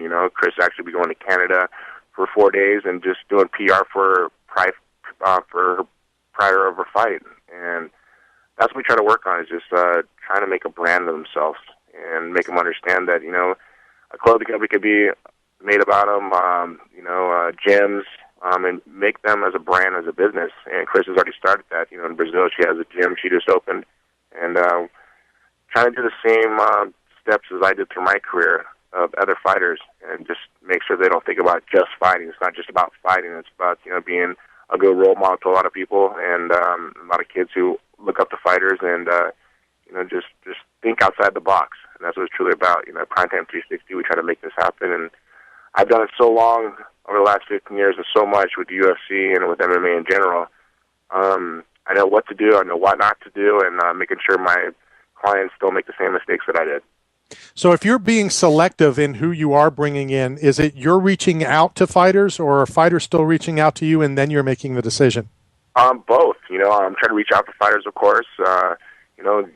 Guys usually talk a big game, but then when I meet them in person, that game usually gets shut down pretty quick. Like I said, I want guys who want to put the workload behind it, who are intelligent, who could, talk a good game, but fight a good game also, who train hard and who just don't expect the world to be given to them. That they're very humble and, able to work hard and train with the right people and have a good background of jiu-jitsu and wrestling and kickboxing. It's a game. It's a business, and I can't think of it just a fight game itself, but it's a business in general. From when you walk in the cage to when you walk out, from when you walk in the gym, when you walk out, when you go to an event, and you're doing autographs, you're doing pictures, and you carry yourself with dignity, carry yourself with respect, and I think that's very mandatory if they want to be managed by Primetime 360. We're on the phone with UFC Hall of Famer Tito Ortiz. Tito, we spoke with you a while ago, right before the Ronda Rousey fight. And at that point, the UFC, I believe, had 2 female fighters under contract, and they might have had 1 fight set up. Dana recently came out in an interview and said, we're looking to cut some fighters, but we're also looking to add, to the women's division. And he also dropped a hint on, maybe adding another weight division for the females. Did your ears perk up on that as far as Cyborg's concerned? I was really happy, to see Dana starting to grow as a person, and as a promoter to accept other weight classes in. That is just, I think it's mandatory. I think it's mandatory for women in general. Women that compete. You watch the Ronda Rousey fight, and it filled the bill. It was the best fight of the night, I thought. And it built the hype, and people were very excited about it. They were cheering, they were screaming. And every woman fight that I've ever watched, they go out and they throw for the fences. They put on an amazing show. And the girls nowadays are so technical, and it's just amazing to watch. I watched the Invicta fights, the whole card. It was amazing just to see. I can't wait for July 12th when, of course, Chris fights again for the world title. But the girls who fight on the card, they're technical and they're good, and it seems like they have something to prove. It kind of reminds me back when UFC first started that we had to prove so much for the fans who are watching to accept us as a sport. And I think the women are doing that same thing too. And boxing had that same opportunity, but UFC just took over that. We kind of just smashed boxing. Now women's MMA, we're starting to be that intriguing like that where people love to watch it. Tito, expand on that a little bit, because there's been a lot of people that have been dead against women's MMA, and you included. Yep. And I think a lot of people are slowly turning on it. That hey, there are good fights, they are good fighters. Are you surprised that it's kind of being accepted so quickly? I'm not really surprised. I think just the fans in general, they just need to get educated on watching women compete. It just goes back to the date of when UFC first started. People are like, oh, those are human cockfighting and 2-man and a 1-man leaves. But as you started getting educated on, you're seeing the technique that they're doing. You started learning the submissions and stuff. You're like, wow, he's going for a triangle. Wow, he just got out of it. And you guy went for an arm lock. God, he got out of it. The guy's defending a takedown. Wow. And instead of people booing for the takedowns, they're cheering now. Now you watch women do the same type of thing. They're like, these girls know what they're doing. As I go back to the Ronda Rousey fight, that was a big card. And she fought off a choke. She showed how much patience she had. She felt comfortable and got on top and ground and pound and finished a submission. And Chris Cyborg, she's a monster. The girl who she fought, she just really showed a lot of heart. I haven't seen one person take a beating like that since I fought Ken Shamrock, and I was just impressed by the beating she took, but it just showed how much heart she has. And women got hard, man. They got hard like no other. It's not just girls coming in girl fighting. These are women fighting. They're competing against each other to see who the best athlete is, and they're athletes, and I got to give them that respect. I've always thought, and I've always watched, some of the younger girls compete in some of the smaller events, and they're always the one to put on the best events. They're always put on the best fights, and I really took it to my side of standing behind Chris and Jessica Payne and watching these girls compete. It takes a lot of heart to step in a cage to fight another person. And for a woman to do that, you got to give them nothing but respect. Now, there's been, Tito, down here, a big controversy, and I guess it's gone national now with in the women's game, Fallon Fox, who is a trans. I don't even know the proper transgender, I guess is what we're calling. Is a manager of female fighters now. If that comes across your table, hey, we want one of the people you represent to fight Fallon Fox, is a manager, is a business manager, like you said, it's a game. What do you tell the fighters that you represent? Are you accepting that fight, or are you telling them to stay away? You know, if she got the surgery done, that takes some bold moves, man. That's very, very, very bold. You know, I guess it just goes up to testosterone levels. I mean, those tests have to be ran, and they have to be cleared. You know, and I think, I don't know, Chris has said something to me. He says, if they ask her to fight her, I'll fight her. I'll knock her out. I have no problem with it. I'll knock him out. And she goes, I don't care. And I watch her spar against other men, and she manhandles them. So I'm just like, you know, I guess every match is a matchup, and, you know, you can't really exempt someone like that. You got to kind of, you know, accept it, I think. If she's going to make the big moves as he did or she did to become a woman, that's pretty bold. That's very bold. Tito, let me ask you this, though, you know, with you saying that Chris has said, you know, when and if, whatever, isn't that sort of what Fallon Fox wants? I mean, this is somebody that's not even in, you know, A-League that now is possibly being talked about to fight a major league fighter. Well, you know, it goes back to Chael Sonnen. Did he deserve that match against Johnny Bones Jones? No. I mean, for him to get stopped in the second round against Anderson Silva, I mean, all of a sudden he's fighting for a world title, and he's fighting on the Ultimate Fighter. I mean, you talk the game, you walk the walk, you're going to get your chances. And Fallon Fox is doing the same thing. You know, speaking of, real quick, and I know, Derek, you want to stay on that, but, you know, go back to that fight that happened last Saturday as the former light heavyweight champ. Give me your thoughts on if Chael would have survived another 27 seconds, he would be the light heavyweight champ right now. Yeah, I mean, the chances of that happen were 1,000,000 to 1, so yes, there was a chance. You know, a different referee, you know, he rolls a different way. I'm just saying, and as a fan of the sport and, you know, knowing as many fighters as I do, it just bothers me that a guy could have literally got beat for 5 minutes, and because of the injury, he would be your light heavyweight champ. Crazy, huh? and Tito's streak would be intact, and I'm sure Tito would be real upset with that. But, you know, you do hold the streak for most title offenses, Tito. And looking at the guy who is breathing down your neck, tied it up, as a fighter, they take off the management hat. What type of fighter is it going to take to beat Jon Jones? What style of fight is Gustafsson a guy who can do it because he can match him size wise? Is it going to take a wrestler like Chael who has been in that weight division more to stay in Johnny's chest? How do you beat a Jon Jones? You know, I think it is someone who's aggressive. You got to be aggressive against him. You can't let him be the first person to get off. You got to overwhelm him. You know, like when I was in my prime, overwhelming him would be the only way to beat him. When you let him, you know, kind of take the stage and do what he wants to do, you'll never beat a guy like that. And I just think being aggressive and not letting him fight his fight and being a step ahead of him is the only way to beat him. But let me tell you, man, Jon Jones is for real. I mean, I ain't trying to dog him or anything. I mean, I don't want to see him beat my record, of course, but if anybody's going to beat my record, I would like to see Jon Jones do it because he is that special of an athlete. I mean, this guy, he's amazing. You watch some of the stuff he does, his height or his weight. I mean, the guy's extra big. I mean, people used to say that I was big until you see this guy. I mean, I stand next to him. Yes, he's a little slimmer, but he has great speed, great balance, great wrestling technique, and his mind is super strong. And it's just one of those things that if he does beat my record, you know, I gotta give him nothing but respect because if anybody's going to beat my record, I would like to see Jon Jones do it.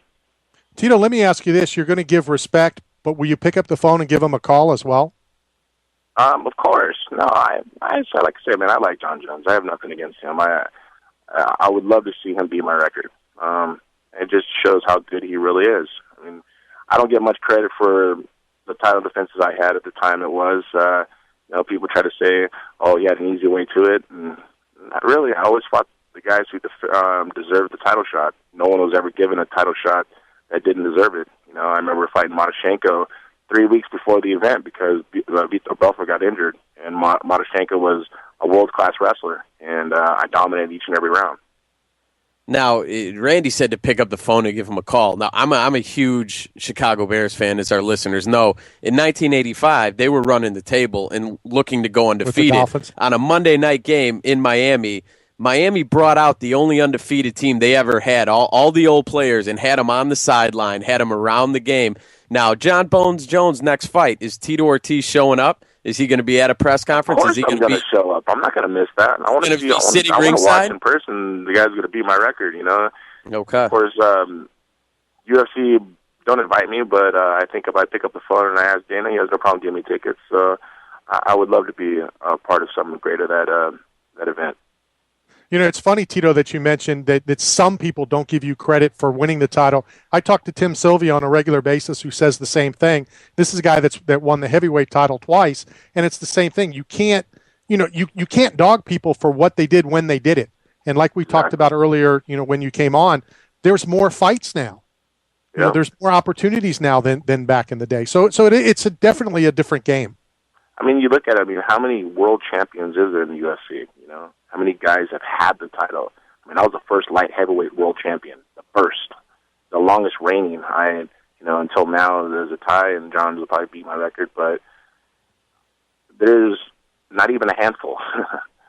There's guys that have the title, and, there's, 6 guys in light heavyweight division that's ever had the world title, or 7 guys, and it's just one of those things that you're known forever if you're a world champion. There's guys that work their whole lives and still can't be world champions. But it's just one of those things that I think it's a great respect value that I think the company should endure and should praise, but they don't, just because of some business stuff that went on, which is horrible. I mean, at the end of the day, I was a kid who wasn't going to be a fighter. I was going to wrestle in a high school coach.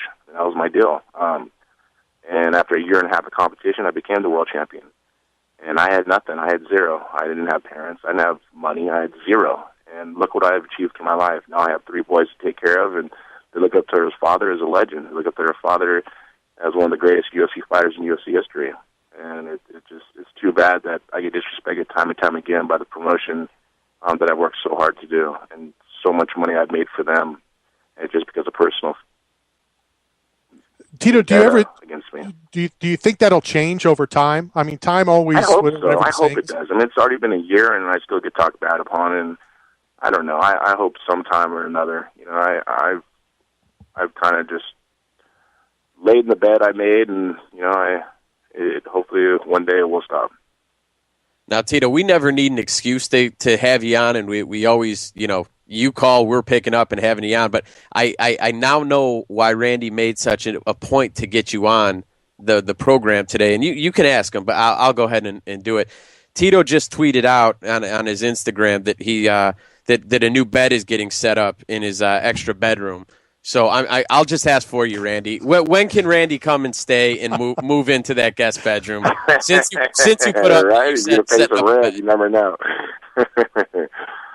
I'll show up one of these times. It's just one of those things. It's actually the company that came in. They're actually doing a great job.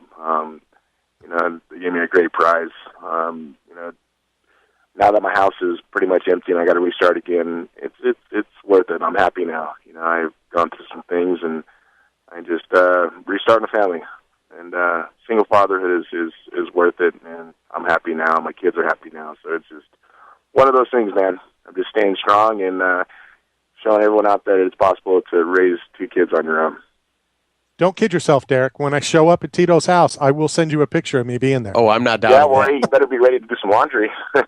Hey, whatever. For a free bed, yeah, he'll do laundry. He'll cook too.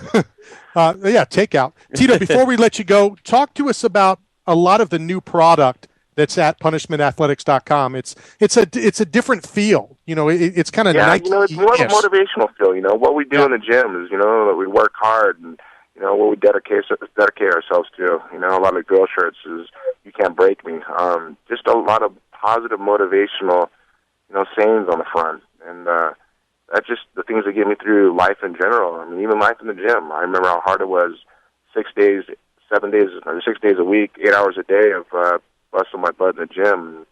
That's what this brand is starting to become. You know, punishment in general is what you can endure. A punishment is what you become. And only great people become great because they worked hard and they punish their bodies and punish their mind to endure greatness. And that's the only way it works. You know, in any walk of life of work that you do. You know, either you're in the office at 7 in the morning, 6 in the morning, you got to wake up at 5, 4:30, and you got to drive to work. It's punishment to do that, you know, 5 days a week or 6 days a week sometimes. And that's what my brand stands for. You know, people think of the word punishment as being a very negative, grueling word, but no, it just shows what hard work and dedication can achieve. You know, if you can endure punishment, you can endure greatness. And you got to prepare for the worst for the best to happen. And that's what it comes down to. And people go to punishment.com and check out all the new gear. We get stuff for kids, stuff for girls, stuff for guys. I started doing a lot of bully campaign stuff for kids. There's a T-shirt that I have that says bully proof on it. Just trying to support, man. Just trying to do the right thing for mixed martial arts and for athletic gear. You know, there's one Nike, there's one Reebok. Now there's going to be one punishment in mixed martial arts, and you know, for all sports, active sports in the world. You know, every athlete goes through punishment. Just how you want to do it on a positive note, or on a negative note, and mine's always on a positive note. You know, Tito, when you have a company, you know, and I always say, like, your favorite music, your favorite this, you know, of all the products that you've made, I'm sure it's like your children, you love it all. But is there one shirt that is really your favorite, you know, that if you're at that time and you put it on, it just makes you feel something different? Yeah, there's actually a shirt that we just came out. It says every second count. That is my life to date. Every second that I've ever lived, I've always worked to be better and better myself and better people around me. And I put on that shirt, you know, I feel a little satisfaction when I do, because it reminds me that every second does count in your life. And the decisions you make, no matter what, it's going to count. And I think that shirt has to be one of the ones right now that I really love putting on, because it just gives me that satisfaction. I look in the mirror, like, yeah, buddy, every second has counted, hasn't it, to this point? Sure. I have those situations that I talk to myself just to support, and, you know, because like I say, when I look in the mirror, there's no one else behind me. Is that shirt available at punishmentathletics.com right now? punishmentathletics.com or punishment.com to make it easy for people. Punishment.com. Or you can go to our website, and of course, there's a link up there to go directly to yours. Will you be at the Fan Expo in July? Yes, I will. I'll be there every day, and you know me, I'll be signing to the last person stands. You know, Tito, I was going to say that. You know, a lot of times you check schedules. You know, fans will always call in and say, hey, when is, and this is no dig on anybody else, but they're like, when will fighter X be signing? Well, all they got to do is go to your booth. From the time it's open to the time it's closed, that's when you're signing. Exactly. And I do it because of the fans, man. The fans have been there for me no matter what. You know, blood, sweat, and tears. They saw the stuff I've gone through life in general, and fighting and life and everything. They still stand behind me. And like I say, I don't step on people to get ahead. I'm always reaching down to help people up as I get up. And my fans are the ones who help me, man. Help me through my hard times, but also there are my good times. So, you know, it makes me the man I am today. You know, records are made to be broken, and if John Jones does beat your record, the record I don't see beaten, kind of like the Cal Ripken, is the amount of times that you've been on this program. And as always, Tito, thank you very much for your time. Oh, you're very welcome. And, of course, all the listeners, you guys could follow me on Twitter, at Tito Ortiz. You guys have some positive motivation each and every day. You know, 5 days a week I get up at 6:30 with my kids, and I always just say a little bit of something just to get me through my day and help others that listen and get through their day too. So I always look for good stuff, man. Every second counts. And make sure you get that bedroom finished. Randy wants to be there quick. Yeah, no, they actually just bought a mattress to me too, to get a new mattress in my bed. So I'm excited to get on a new mattress tonight. I'm really, really happy. I mean, I sound like a kid in a candy store right now. I'm like, a new mattress. People are like, what the hell are you talking about? But it's nice to have a new mattress in my own room. That's awesome. Tito, thanks a lot. I'll talk to you soon. Right on. You're welcome, man. I'll talk to you guys soon. Thank you. Tito Ortiz, everybody, who extends that world record right here on Knockout Radio. Yeah, his name, like I said, his name came up a lot in that post-fight. You know, but did you catch what he said? He said, my emotions got the best of me, and he pretty much, you know, put a kibosh. I'm not coming back. I'm enjoying where I'm at. You were the one stirring that up. I wasn't stirring. I saw it. Where? Go to MMAweekly.com. Yeah. Go to some of these tweets. Tito. Go to Bleacher Report. Tito. Which is why I wanted Tito on to kind of talk about that if, in fact, you really are thinking about the return. Yeah. No. Once you're gone, once you're thinking about leaving, Yeah, you already checked out. you're gone. Right. Yeah. That's one thing when people first say that R word, doesn't matter It's over. if you still have fights on your contract or not. I mean, pretty much from what I have picked up over the last year and a half, that's about it. You can do the ring walk, you can do the training, but it's different. You're halfway out the door, and if you're fighting halfway out the door, you're done. You might as well be all the way. But interesting take from him on Jon Jones. What's funny is, he says you have to make him uncomfortable. You have to put the pressure on him. You can do that for 3 minutes, 4 minutes. To fight, a championship fight, that means 25 minutes of putting pressure on that guy. Boy, that's going to be tough to do. Well, the way I'm looking at it is you have to do it. You have to do it quick. You have to get in. You have to get out. You know what I mean? Yeah, You're not going to be able to do that. You can't stretch it over 5 rounds.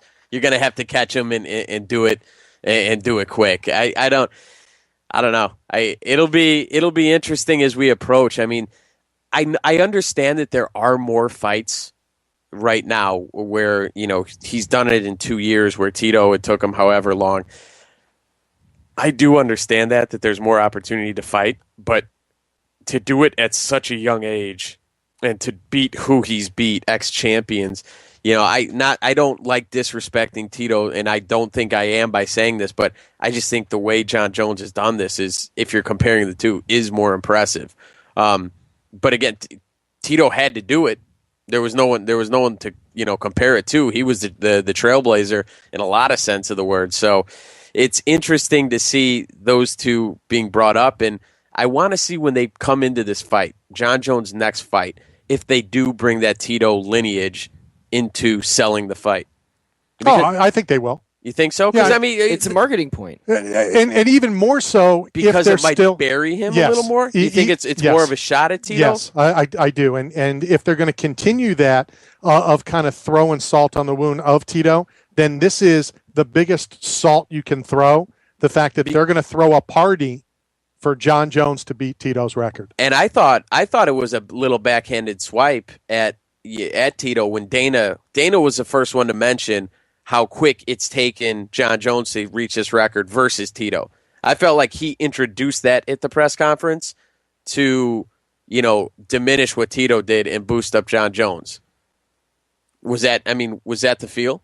Yeah, a little, but again, it's hard to block out what you've already heard, things that you've already, that things that have a problem. That there's a problem with Zuffa and Tito.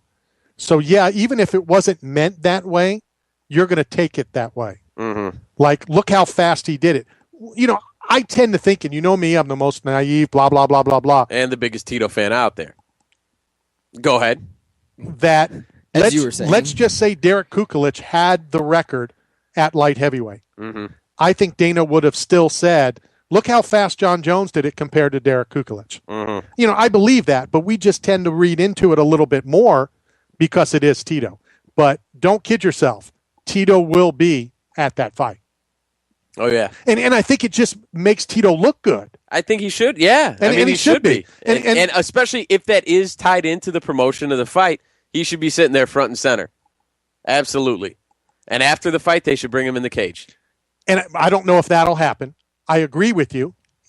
But, we're talking about Jon Jones maturing. Mm-hmm. We're talking about other people maturing. You talked about you're always maturing. Yeah. You're never you're never matured. Yeah, you're not. It's not a final destination. So you don't think Tito is maturing? Of course he is. Yeah, and he has grown up. Let's be honest. He was the biggest thing back in the day. Yeah, it's hard not to let stuff go to your head. It's all of that is hard. So he's now grown up. He's now matured, and you could, even though he didn't sound overly happy about it, he's passing the torch. Jon Jones is the greatest. After his next fight, he'll beat that record. He is, in my opinion, the number one pound-for-pound fighter in the world. And it's time to pass the torch. Does Jon Jones need the record? No. to be considered the greatest at 205? At 205 right now? Right now. No. Does he need The that record? No. See, because I don't think so. I'm with you, Wegs. I don't think he needs that record. I think he's already established that. That's been done and established. See, because I think guys like Randy would say you need the record. No, I don't think so. Okay. You know, I don't think so. You know, I'm a big record guy, but I think what he has done, how he has done it, you know, not necessarily, I don't care that he's getting it faster. And to me, that's kind of like what we were talking about, doing things outside of the cage, outside of the field, outside of the court. That doesn't come into play because it's a different era. It's different. Tito would have even an extended record if he fought today and he was that age and the fighters were not around and he fought every 4 months. But he didn't back then. So to say that he has that record faster than Tito means nothing. No. To me, does that mean anything to you? No. Right. But I could see some people saying until he has the most title defenses in a row, you can't call him the best at his weight class yet. And I find it hard to believe that, I feel he's beaten everybody.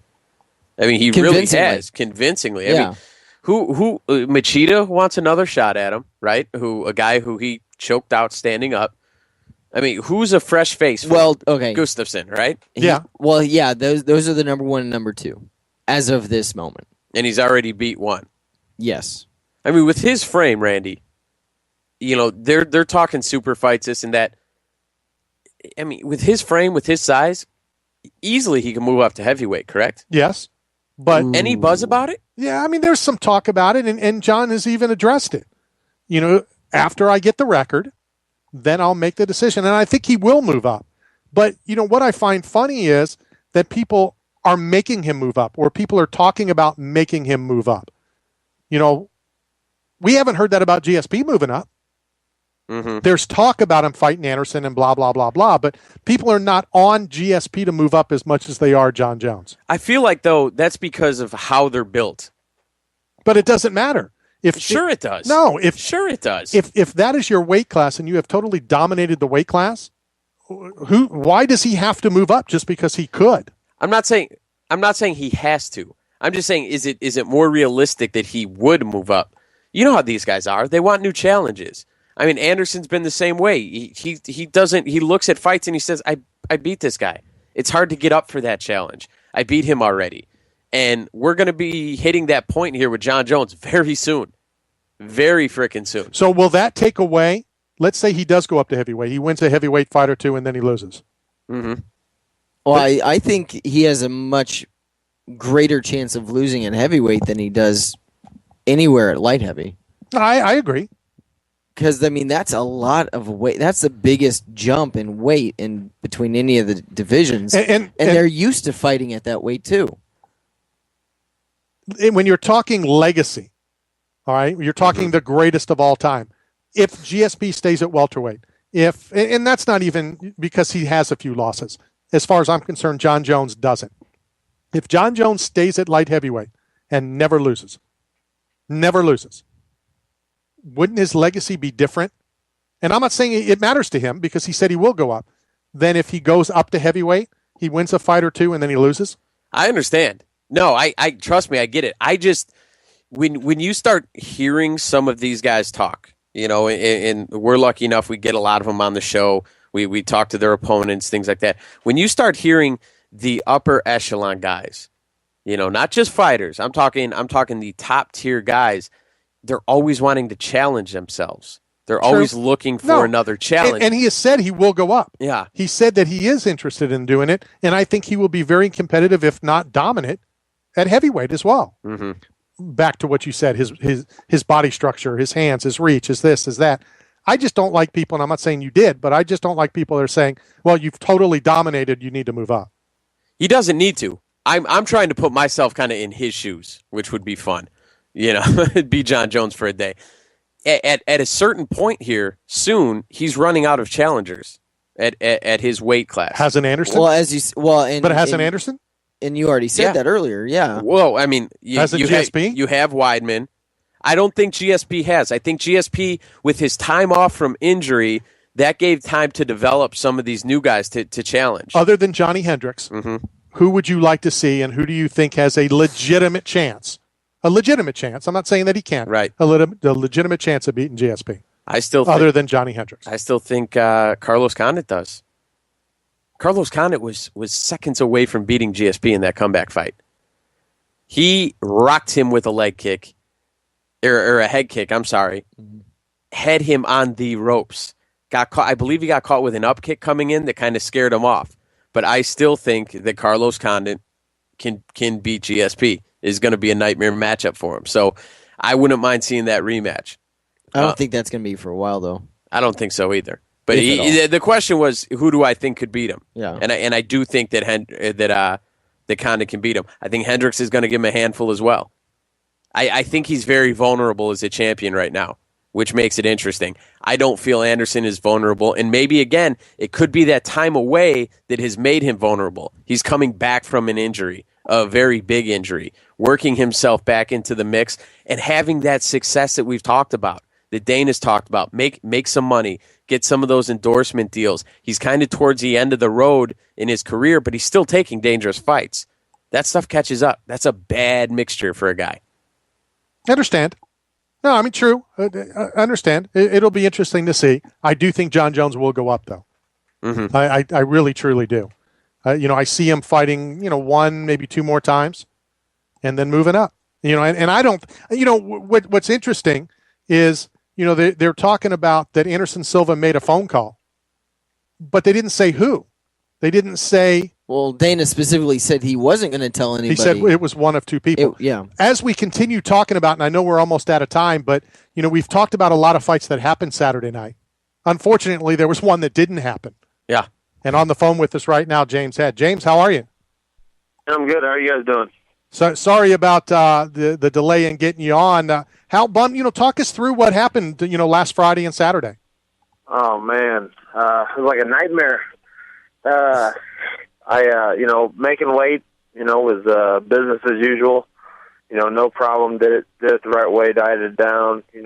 Weeks in advance. Showed up fight week. About 185 pounds. And pulled down day by day, and woke up Friday morning about 176 and a half. So only 5.5 pounds to lose, and did that relatively easy. Wasn't too terribly bad. And then when we bust over to the venue, I noticed that Catone wasn't there. So my corner figured out that he was struggling making weight. 15 minutes before we step on the scale, he showed up, and his corner went up and talked to the UFC, and then the UFC promptly came over and told us that he wasn't going to make the weight. He dried up at 173 and couldn't cut the last 2 pounds. So would we take the fight at that weight? And I said, yeah, no problem. As long as I made my weight, they're going to give me 20% of his purse. I mean, he could have weighed 200 pounds, and I was in Newark to fight, and that's what I was going to do regardless. So step on the scale. He gets on the scale, we shake hands, do the whole 9 yards, and it's business as usual. I don't realize that the fight's off until about 11 o'clock the next day. I woke up, stretched out, went through my whole routine, and then went and laid down before, just relaxing before heading over to the Prudential Center. And I had my phone on silent, and I missed a couple calls, but my cousin called my work phone, and he said, hey, man, Catone's in the hospital. They're canceling the fight. And I was like, are you kidding me? Is this a bad joke right now? Because it's not funny. So I called the UFC, and sure as shit, it was canceled. Before I ask you a couple other questions, let's go back to the Friday when you agreed to the fight. And I remember with the Ryan Bader Quentin thing, how he didn't think about stipulations. Did you think about putting any kind of stipulations on the agreement? Like he can't get up over X amount of weight? No, I mean, because there's very few people that fight at 170 pounds that when we get in the cage on Saturday night, it's going to be bigger than me. And I don't, he's not one of them. I think that at 173 rehydrated Saturday night, I'm 190 pounds. I don't think he's much bigger than that. And if he is, it's not going to make a significant difference to me. Now, are you now looking at, now it's Saturday, the fights, called off, and you're bummed and upset and all that, but has the light at the end of the tunnel kind of kicked in that, you got paid for Saturday, and the way Dana normally does it, like he did with Eve Edwards, you'll probably be on a card very, very soon? You hope so. On Saturday, I mean, the disappointment to be chomping at the bit for 10 weeks and training and pushing towards a goal, and then to have the carpet kind of ripped out from underneath you right at the last minute was a hard pill to swallow. I had my family and friends out in Newark, and it's right across the river from New York City, and I've never been there really. So, we did a bunch of touristic stuff on Saturday to get my mind off of things, and ate a lot of good food, New York City food, and so that was really good to have that support system around me. But as far as the next fight goes, nothing's set in stone. I'd like to fight as soon as possible, but with all the cards being already booked up, unless somebody gets hurt, I doubt that it's going to be anytime soon. Or someone can't make weight. Yeah, well, we did bring it up. It was brought up to Dana at the press conference after the fight, and Dana, and again, we know that doesn't necessarily mean anything. It's not set in stone, but Dana said that you would be getting a fight very soon. Good. Well, I'm glad to hear that. It's like I was all dressed up for the prom and nobody to dance with, so I'm chomping at the bit. Before we let you go, talk to us real quick about a former NFL football player that I happened to take to a UFC event who got his, he doesn't like to say his ass kicked by Gil Castilla, but talk to us a little bit about how you know John McLaughlin.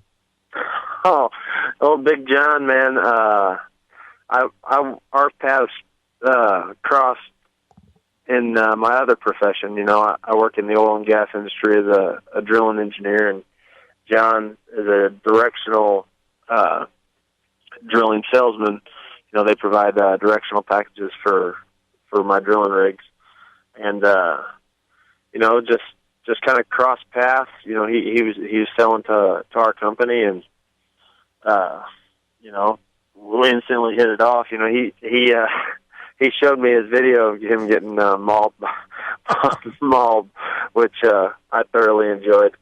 And he always, he still thinks he's got it, but he's doing like some juice thing right now, all juice diet. I said he better eat some meat if he wants to get in the ring with me. Well, what was funny, and I don't know if he mentioned this to you, when we were there, and he used to be involved with our radio program. I used to host his show when he was on the Tampa Bay Buccaneers. He was calling out Randy Couture. And at the press conference, he said to Dana, "Hey, can I roll with Randy?" And next thing we know, we go into this back room, and he brings in little Gil, who puts him in that knee lock, and he didn't know what to do, and people are screaming, "John, just tap, or you're going to lose your leg." Yeah, guy's got some balls to call it Randy Couture, that's for sure. Yeah, no, it definitely was funny. So when do you go back to work, or have you already been back to your other job? Yeah, no, I was back on the job on Tuesday morning. I flew back late Monday night and was back in the office at 6 a.m. Tuesday. Let me ask you this, as you're talking about you have dual careers, would you like to leave the one once the other one gets bigger, blows up or whatever? Man, right now I'm pretty confident in my ability to juggle both. I'm excelling in both careers, but it gets down the line where it's you're cracking into the top 10, and then maybe we'll cross that bridge. But as far as I'm concerned right now, if it ain't broke, don't fix it. And I've been having a lot of success doing what I'm doing. I got you. Well, when you do get that call from Joe Silver or Dana White, please, hit me up, send me a tweet. I'm sure you'll tweet it, and then, we can get you back on the program. Sounds great. I appreciate it, guys. Appreciate your time, James. All right, talk to you later. I do think that he will get back in the octagon very, very quickly, because that is the MO of what they've done in the past. Well, and like you said, he's been busting his ass for 10 weeks. He's ready to go. He's primed. You don't want to put a guy like that on the shelf for another 10 weeks and try to figure it out. And the UFC has a good track record of finding a fight for these guys pretty quick. Professionalism, you sign a contract to make a weight. You got to do it. You got to make the weight. So, I mean, it was the biggest pet peeve. It is because it's inexcusable, really. When you don't have a short notice fight, it's inexcusable in my book. You know what? I think even if you have a short fight, if you accept the fight, you should be hovering around ready to go. You should be. It shouldn't take. You shouldn't need that 10-week training camp every time going in. I did say that we were going to give away a prize pack. I told everybody you needed to go to yapped.com, yapped.com. I need you to go there. You need to check out the website. And the first tweet that I see that has Yapped in the tweet with the color, I need to know what color headphones are on that website, will win the prize pack from B2B, Yapped. We'll throw some UFC stuff in it, the whole 9 yards, and we will definitely hook you up. So first person to get that tweet out, and guys need to follow up because I can't see, and I don't know how to deal with tweets. You can't see? I can't see. He's bad at Twitter. All right, final few seconds. I want to thank everybody for coming on. I want to thank the reigning longest person to ever be on the show, your favorite fighter, Tito Ortiz. I like Tito. Hit us up not as much as you. On Twitter at Knockout Radio. At DCUCULICH. At KO Eggs. And, of course, Sean KO Radio. See everybody next week.